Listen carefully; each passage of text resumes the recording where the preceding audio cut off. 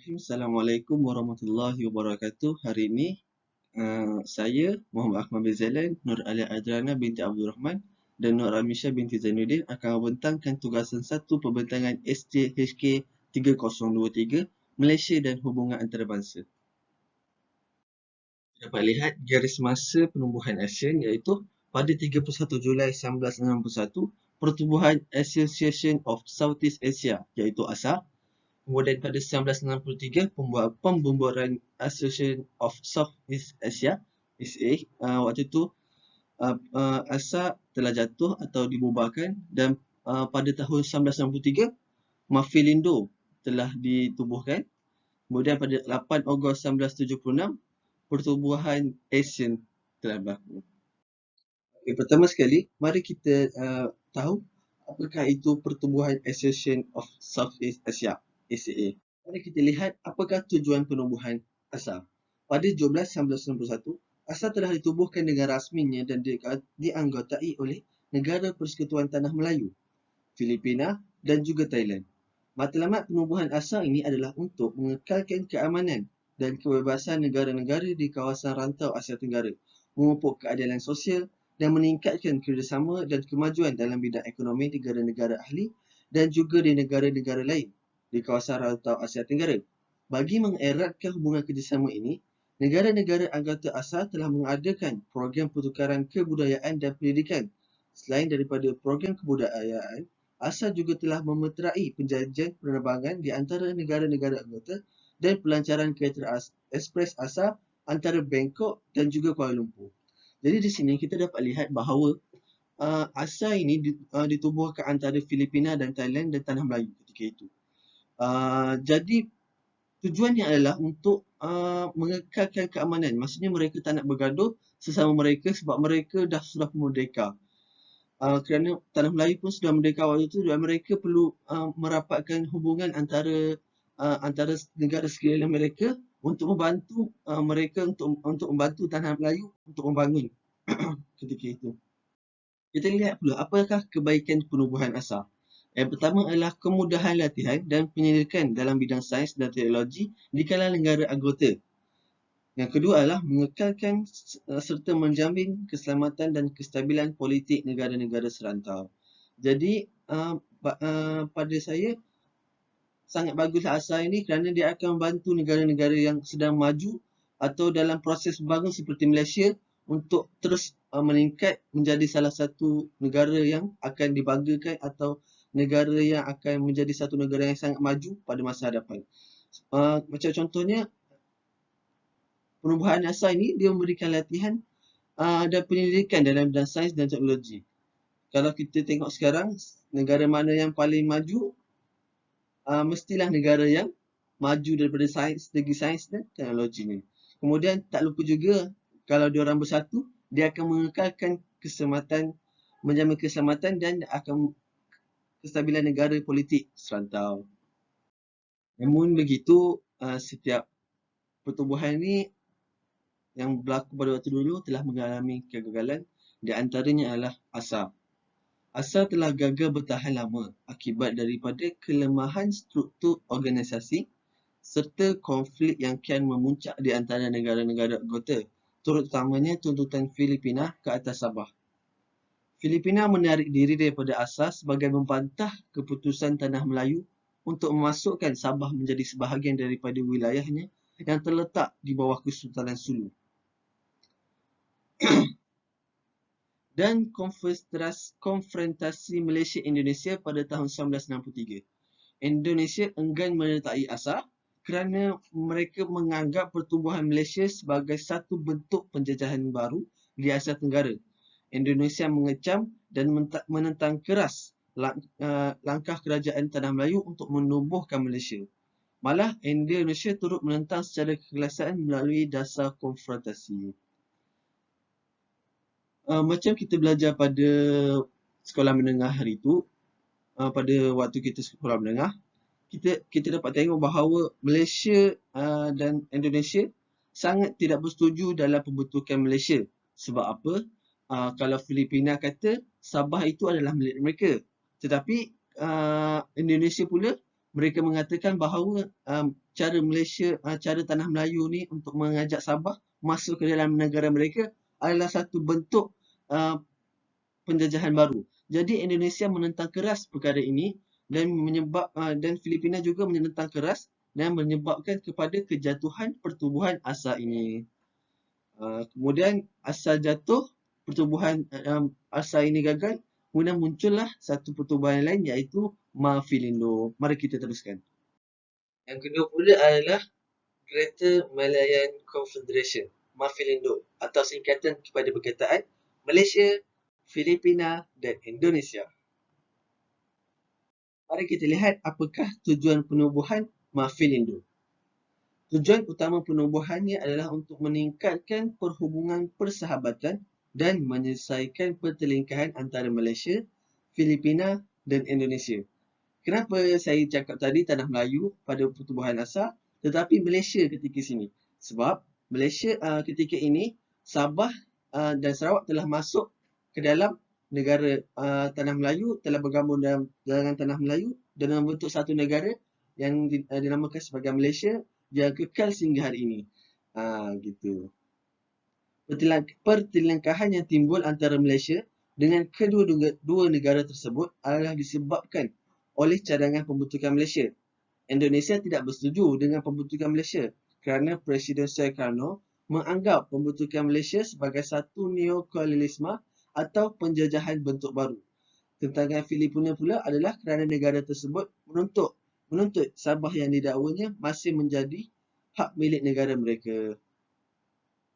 Jadi negara yang menganggotai Mafilindo ni adalah Malaysia, Filipina dan Indonesia. Kenapa ditubuhkan? Sebab nak membantu mengeratkan hubungan. Sebab Indonesia marah, Filipina marah ke Malaysia, macam mana Malaysia nak terus hidup kalau macam tu. Jadi mereka pun Malaysia perlu berbaik-baik. Kalau tak dia akan menyusahkan sebab Malaysia perlu ada hubungan yang baik dengan negara serantau untuk membantu mereka memaju ke hadapan. Sebab menjalinkan hubungan dengan negara lain seperti kita belajar dalam hubungan antarabangsa sangatlah penting untuk kita ni sebab untuk negara-negara yang sedang bangun. Mari kita lihat kejatuhan pertubuhan Mafilindo. Ketiga-tiga negara ini telah mencapai kata sepakat memohon bantuan PBB untuk mendapatkan pandangan rakyat Sarawak dan Sabah tentang cadangan penubuhan Persekutuan Malaysia. PBB telah menghantar perwakilannya pada tahun 1993 yang dikatai oleh Lawrence V. Michael Moret untuk meninjau rakyat di kedua-dua negara berkenaan. Hasilnya, majoriti rakyat di kedua-dua negeri bersetuju dan menyokong pembentukan Malaysia. Sungguh pun begitu, Indonesia dan Filipina kurang berpuas hati dengan siasatan PBB dan menentang pembentukan Malaysia. Persengketaan yang berterusan ini menyebabkan Mafilindo telah tidak berperanan lagi. Konflik semakin nampak dengan pemisahan Singapura daripada Malaysia di atas alasan berbeza sistem dan keinginan untuk mencapai kemerdekaan. Lantaran itu, akibat konflik yang berlanjutan, Mafilindo akhirnya turut terkubur. Ringkasnya, pertubuhan ini bersetuju untuk memanggil Persatuan PBB untuk meninjau apakah rakyat-rakyat di Sabah dan Sarawak setuju untuk membentukkan Malaysia. Jadi Alhamdulillah majoriti rakyat-rakyat di Sabah dan Sarawak bersetuju untuk membentukkan Malaysia yang mana ini mendatangkan rasa tidak puas hati terhadap Filipina dan Indonesia. Jadi hal ini telah menyebabkan lagi mereka pertubuhan Mafilindo ini semakin pudar dan akhirnya terkubur. Sekian itu sahaja daripada saya. Assalamualaikum. Bismillahirrahmanirrahim. Seterusnya kita akan pergi kepada penubuhan ASEAN. Apa itu ASEAN? ASEAN merupakan Association of Southeast Asian Nations atau dikenali sebagai Persatuan Negara-Negara Asia Tenggara. Okey, ASEAN ni hampir dianggotai oleh hampir seluruh negara di Asia Tenggara kecuali Timor Leste dan juga Papua New Guinea.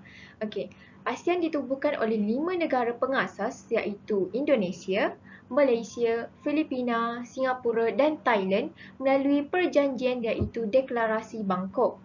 Seperti yang kita lihat, di sini terdapatnya logo ASEAN. Okey, logo ASEAN ni kalau kita lihat ada 10 tangkai padi. Okey, maksud 10 tangkai padi ni mewakili 10 negara yang diikat oleh semangat persahabatan dan perpaduan. Dan ia juga mempunyai moto, iaitu moto keamanan, kestabilan, kegigihan, kedinamikan, kesucian dan kemakmuran. Penubuhan ASEAN ni mula terbentuk melalui Association of Southeast Asia ataupun dikenali sebagai ASA yang merupakan pengasas kepada pembentukan ASEAN. Baiklah, kita akan pergi pula kepada garis masa penubuhan ASEAN ataupun kronologi penubuhan ASEAN. Okey, yang pertama pada 8 Ogos 1967, 5 negara pengasas kepada penubuhan ASEAN yang mewakili Menteri Luar ketika itu dari Indonesia iaitu Adam Malik, kemudian dari Filipina Narciso R. Ramos, kemudian Perdana Menteri Malaysia pada ketika itu Tun Abdul Razak, kemudian dari Singapura Raja Ratnam dan juga dari Thailand iaitu Tanat Koman menandatangani perjanjian Deklarasi Bangkok di Thailand untuk menubuhkan ataupun bersetuju mengenai penubuhan ASEAN. Kemudian pada 8 Januari 1984, Brunei telah menjadi anggota yang ke-6 dalam penubuhan ASEAN setelah mencapai kemerdekaan. Brunei ketika ini sudah berhasrat untuk menyertai ASEAN, tetapi ketika itu mereka masih belum merdeka. Jadi setelah mencapai kemerdekaan baru Brunei menyertai ASEAN. Kemudian pada 28 Julai 1995, Vietnam telah menjadi anggota ASEAN secara rasmi. Dan pada 23 Julai 1997, Myanmar, Laos dan juga Kemboja telah menyertai ASEAN. Namun ketika ini, Kemboja menarik diri kerana berlakunya masalah politik di negara mereka. Dan pada 30 April 1999, Kemboja kembali menyertai semula ASEAN dan rasmi menjadi anggota sebahagian daripada ASEAN. Baiklah, seterusnya kita akan pergi kepada faktor pembentukan ASEAN. Faktor pembentukan ASEAN dipengaruhi oleh dua faktor, iaitu faktor internal dalaman dan juga faktor eksternal luaran. Yang pertama, melalui faktor internal berlakunya konfrontasi Indonesia-Malaysia menggunakan slogan Ganyang Malaysia. Di sini, Indonesia telah menentang Malaysia terhadap pembentukan Malaysia pada 16 September 1963 yang menggabungkan Persekutuan Tanah Melayu, Brunei, Sabah, Sarawak dan juga Singapura. Penentangan ini dilakukan pada awalnya melalui ekonomi, iaitu Indonesia memutuskan hubungan ekonomi dengan Malaysia. Kemudian yang kedua melalui ketenteraan, iaitu Indonesia menyerang Tanah Melayu, Sabah dan juga Sarawak. Dan yang ketika itu dipimpin oleh Presiden Sukarno. Kemudian pada akhir abad ke-19 1965, Suharto telah pun menggulingkan Sukarno. Jadi kiranya Sukarno ni dah hilang hak sebagai pemimpin.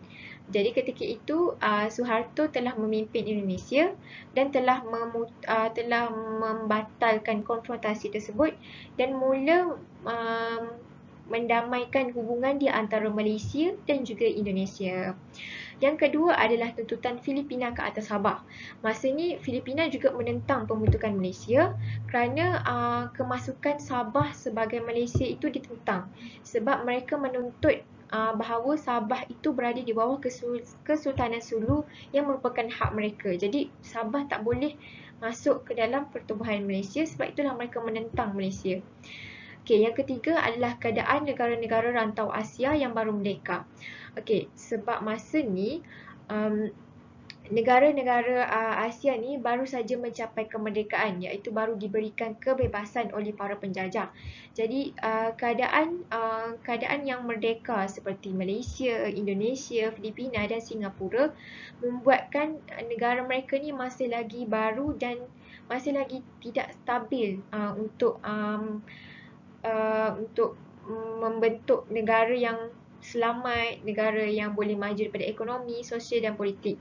Jadi sebab itu mereka bekerjasama bagi mengekalkan kedaulatan dan kemerdekaan yang diperoleh oleh negara mereka. Jadi masa ni Malaysia, Indonesia, Filipina dan Singapura bergabung supaya nak mengelakkan daripada ancaman kuasa luar dan juga daripada penjajahan lah, sebab mereka baru saja mereka. Jadi mereka tak nak merasai pengalaman tersebut. Oleh sebab itu mereka buat keputusan untuk bergabung. Baiklah, yang seterusnya, yang terakhir adalah faktor eksternal iaitu luaran. Yang pertama adalah berlakunya Perang Dingin di Vietnam. Okey, Perang Dingin di Vietnam ni berlakunya peperangan di antara dua blok, iaitu blok Barat dan juga blok Timur. Okey, blok Barat dipimpin oleh Amerika Syarikat dan blok Timur dipimpin oleh Soviet Union dan juga China. Jadi, negara yang baru merdeka seperti Malaysia, Filipina, Indonesia dengan Singapura ni, mereka berasa takut dengan peperangan tersebut sebab mereka takut peperangan tersebut akan berterusan sehingga ke negara mereka, sebab mereka baru sahaja merdeka. Jadi mereka tak nak peperangan tu berlaku dan melibatkan negara-negara mereka. Oleh sebab itulah mereka bergabung, sebab tak nak peperangan ni terus berterusan dan juga tak nak ada kuasa penjajah datang balik ke negara mereka.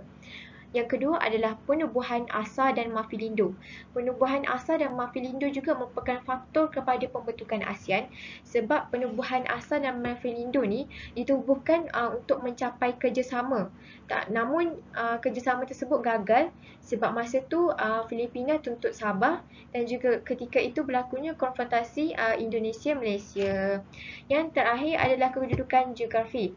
Kedudukan geografi ini juga merupakan salah satu faktor pembentukan ASEAN sebab kesamaan dari segi politik, ekonomi, agama, bahasa, ideologi menyebabkan mereka merasakan bahawa mereka patut bekerjasama untuk mendapatkan manfaat antara satu sama lain. Baiklah, tujuan penubuhan ASEAN yang pertama adalah untuk menggalakkan keamanan dan kestabilan politik dengan mematuhi prinsip piagam PBB, iaitu Piagam Persatuan Bangsa-Bangsa Bersatu, di mana anggota-anggota ASEAN ni mereka bergabung dan bekerjasama dalam menjaminkan keamanan dan kestabilan, dan dalam masa yang sama mereka masih lagi mematuhi prinsip-prinsip yang telah ditetapkan oleh PBB. Kemudian untuk mempercepatkan pertumbuhan ekonomi sosial serta kebudayaan di rantau Asia. Ketika ini penubuhan ASEAN ni ada negara-negara yang baru bebas daripada penjajahan dan baru diberikan kemerdekaan. Jadi mereka bergabung untuk mempercepatkan lagi ekonomi mereka, sosial mereka, politik mereka agar mereka boleh memperbaiki mereka punya taraf kehidupan di negara tersebut. Kemudian meningkatkan taraf hidup rakyat di negara anggota melalui kerjasama pelbagai bidang. Dari sini, contohnya Malaysia, Indonesia, Thailand, Kemboja, Filipina, mereka semuanya akan bergabung dan juga bekerjasama dalam pelbagai bidang, sama ada sektor pertanian ataupun perdagangan, bagi meningkatkan lagi taraf hidup kerakyatan mereka. Kemudian menggalakkan kerjasama dan bantuan antara satu sama lain. Seperti yang tadi juga dalam pelbagai bidang, iaitu bidang ekonomi, sosial, politik, latihan, pendidikan dan teknologi, untuk bagi memastikan mereka ni dapat setanding dengan negara-negara lain di Asia Tenggara. Kemudian mereka juga mengamalkan dasar berkecuali melalui Zoufan yang diisytiharkan oleh Deklarasi Kuala Lumpur pada 1971. Apa itu Zoufan? Zoufan ini merupakan zon aman, bebas dan juga berkecuali, ataupun dikenali sebagai Zone of Peace, Free dan Neutrality, bagi mengekalkan keamanan dan kestabilan politik di rantau Asia Tenggara. Dan dalam masa yang sama juga mereka tidak boleh bersekongkol dengan mana-mana blok Barat atau Timur. Dan yang terakhir, tujuan penubuhan ASEAN juga adalah untuk mengeratkan hubungan dengan pertubuhan serantau dan juga antarabangsa yang lain. Maksudnya di sini mereka bukan sahaja mengeratkan hubungan di antara 10 anggota negara anggota ASEAN, tapi malah dengan negara-negara di luar seperti China, India, Amerika dan sebagainya. Baiklah, kita akan pergi kepada prinsip penubuhan ASEAN. Prinsip yang pertama adalah menghormati kedaulatan, kemerdekaan, integriti wilayah negara, kesamaan dan identiti nasional setiap negara. Maksudnya di sini, setiap 10 anggota negara ASEAN ni perlu menghormati di antara satu sama lain dari segi kemerdekaan, identiti kaum mereka, adat resam dan kebudayaan yang diamalkan oleh setiap negara. Kemudian, hak setiap negeri untuk memimpin, hak setiap negara untuk memimpin kehadiran nasional bebas dari campur tangan luar, paksaan dan juga penindasan. Maksudnya sini, pentadbiran mereka hanya boleh ditentukan oleh negara tersebut, negara itu sendiri. Maksudnya, pentadbiran mereka tidak boleh ada campur tangan daripada kuasa luar, tak boleh ada paksaan dan penindasan seolah-olah seperti mereka dijajah oleh penjajah-penjajah sebelum ini. Kemudian, kerjasama yang berkesan antara setiap ahli anggota negara. Maksudnya di sini mereka perlu bekerjasama di antara satu sama lain dalam pelbagai bidang. Sama ada bidang ekonomi, sosial, politik dan sebagainya. Bagi meningkatkan lagi mereka punya perkembangan dan kemajuan negara agar mereka dapat sentading dengan negara-negara di luar. Seterusnya, penyelesaian masalah seputar perdebatan atau perbezaan akan dilakukan secara damai. Apa-apa masalah ataupun cabaran yang berlaku dalam setiap negara itu, mereka perlu berbincang ataupun bermesyuarat untuk diselesaikan dengan cara yang lebih selamat dan aman, tanpa ada persengketaan ataupun tanpa ada isu ketidakpuasan hati ke ataupun tanpa isu yang keputusan yang berat sebelah. Maksudnya mereka akan selesaikan masalah ni dengan cara yang betul supaya boleh dapat menyelesaikan masalah ni dengan lebih cepat dan juga dengan lebih aman lah. Kemudian yang terakhir, menolak untuk menggunakan ketenteraan. Maksudnya sini, mereka tidak boleh menggunakan apa-apa senjata ataupun ketenteraan seperti berperang dan sebagainya. Terima kasih Alia. Assalamualaikum warahmatullahi wabarakatuh dan selamat sejahtera saya ucapkan kepada pensyarah. Nama saya ialah Nur Amisha binti Zainuddin dan saya akan menyambung pembentangan dengan menerangkan struktur organisasi dalam Pertubuhan ASEAN. Baiklah, struktur pentadbiran dalam organisasi ini adalah dianggotai oleh 10 negara ASEAN yang akan melakukan persidangan mengikut struktur pentadbiran yang telah ditetapkan oleh organisasi ini. Baiklah, struktur pentadbiran ASEAN adalah diwakili dengan 5 peringkat pentadbiran, iaitu yang pertama, persidangan Menteri-Menteri Luar ASEAN yang akan dilakukan sebanyak setahun sekali sahaja. Manakala peringkat yang kedua, iaitu mesyuarat Menteri-Menteri Ekonomi ASEAN yang akan melakukan persidangan mengenai ekonomi sebanyak 2 kali setahun. Seterusnya, peringkat ketiga struktur ini akan melakukan sidang kemuncak ASEAN yang dilakukan hanya mengikut keperluan sahaja, iaitu jika terdapat perkara-perkara penting yang perlu memanggil ahli ASEAN untuk bersidang. Tambahan lagi, peringkat keempat adalah Sekretariat Tetap ASEAN yang berpusat di Jakarta, Indonesia kerana mempunyai beribu-ribu pejabat yang telah ditubuhkan di Jakarta. Dan akhir sekali, peringkat kelima struktur pentadbiran adalah Jawatan Kuasa Tetap yang terbahagi kepada 2 jawatan kuasa, iaitu Jawatan Kuasa Sosial yang akan membincangkan tentang hal-hal kebudayaan, pembangunan sosial, teknologi dan sebagainya. Manakala jawatan kuasa yang kedua iaitu Jawatan Kuasa Tetap Ekonomi akan bersidang membincangkan hal seperti urusan bank, pertanian, perhubungan dan sebagainya yang melibatkan ekonomi. Seterusnya, saya akan menerangkan tentang cabang-cabang kerjasama yang wujud dalam komuniti ASEAN. Baiklah, pada 2003, terdapat 3 cabang kerjasama komuniti ASEAN yang telah diwujudkan oleh anggota, iaitu cabang keselamatan, ekonomi, sosial dan budaya. Baiklah, dari cabang kerjasama aspek keselamatan, komuniti ASEAN telah memutuskan agar tiada konflik senjata yang berlaku dalam kalangan anggota ASEAN sendiri. Dan mereka juga bersetuju untuk menyelesaikan mana-mana konflik yang wujud dengan melakukan diplomasi tanpa menggunakan sebarang kekerasan.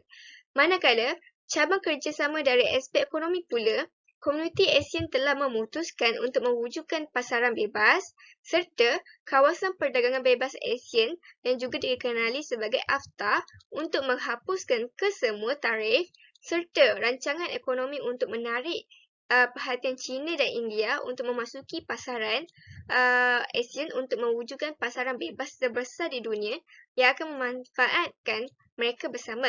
Dan akhir sekali, cabang kerjasama ketiga iaitu dari aspek sosial dan budaya, komuniti ASEAN telah sebulat suara untuk memerangi kesulitan kapitalisme dan perdagangan. Mereka juga memutuskan untuk melaksanakan program membanteras HIV atau AIDS dan melakukan pendidikan tinggi yang lebih meluas dan pembangunan lestari. Juga mereka melakukan penawaran beasiswa ASEAN yang ditawarkan oleh Singapura kepada 9 anggota negara yang lain untuk melakukan pengajian di Singapura.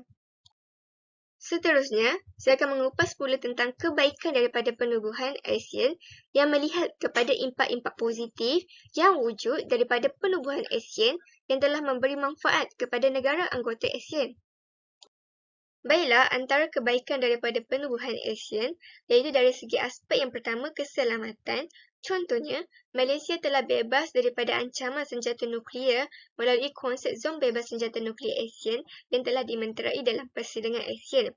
Manakala aspek yang kedua daripada kebaikan penubuhan ASEAN adalah ekonomi, iaitu penglibatan Malaysia dalam ASEAN Free Trade Area iaitu AFTA telah menguntungkan sektor perdagangan ahli komuniti ASEAN dengan adanya skim tarif sama rata yang menguntungkan semua komuniti ASEAN.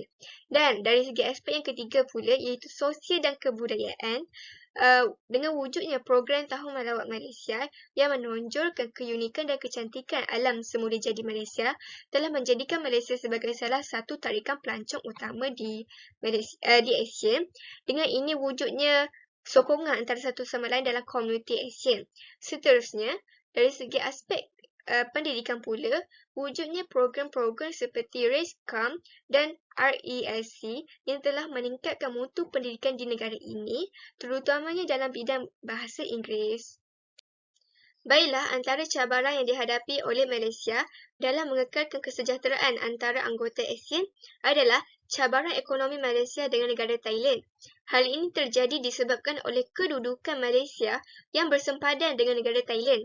Oleh itu menjadi satu cabaran dalam bidang ekonomi oleh negara Malaysia dan Thailand yang mengeluarkan barang komoditi yang sama iaitu kelapa sawit dan getah.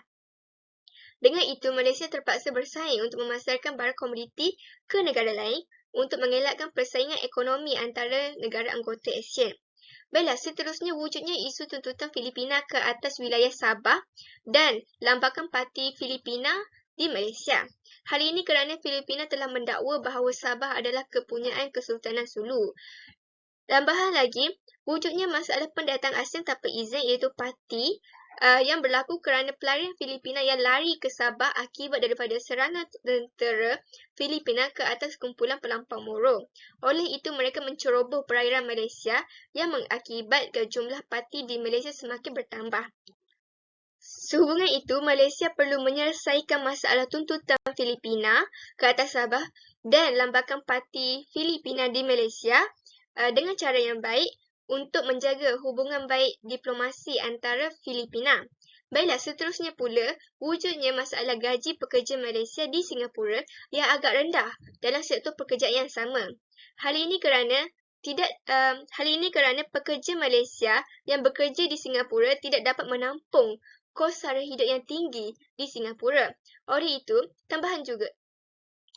Tambahan lagi, rakyat Singapura juga turut bersaing dalam membeli tanah di Johor. Hal ini mengakibatkan rakyat Johor semakin kehilangan tanah kerana tidak mampu membeli tanah yang berlipat kali ganda mahalnya. Oleh itu, perkara ini sudah pasti akan menjejaskan hubungan antara Malaysia dan Singapura. Sehubungan itu, Malaysia menghadapi cabaran dalam menyelesaikan masalah ini dalam masa yang sama ingin mengekalkan kesejahteraan hubungan antara negara Singapura dan anggota ASEAN yang lain. Seterusnya, kita dapat lihat di sini beberapa contoh masalah yang telah diselesaikan dalam pertubuhan ASEAN. Antaranya ialah Zoufan, AFTA, bantuan kemanusiaan di Myanmar dan peningkatan kerjasama dalam menangani jerebu merentas sempadan. Hal ini kerana penubuhan ASEAN telah mengeratkan hubungan diplomasi antara negara anggota yang membantu negara anggota untuk menyelesaikan masalah bersama dan membantu antara satu sama lain. Deklarasi ASEAN berhubung peranan perkhidmatan awam telah dimeterai 10 pemimpin kumpulan serantau itu di Manila, Filipina. Ia bagi mengukuhkan kerjasama dalam kalangan negara anggota ke arah mencapai visi Komuniti ASEAN 2025. Perjanjian itu mengiktiraf peranan perkhidmatan awam sebagai penggerak pembangunan negara dan serantau ke arah mencapai matlamat dan aspirasi ASEAN. Pada masa sama membentuk masyarakat yang bersepadu dari segi politik, ekonomi dan punyai tanggungjawab sosial. Di bawah perjanjian itu, institusi perkhidmatan awam ASEAN akan bekerjasama dalam membangun dan melaksana program pembinaan keupayaan dalam bidang kritikal termasuk pemuliharaan alam sekitar, urusan kesihatan dan bencana.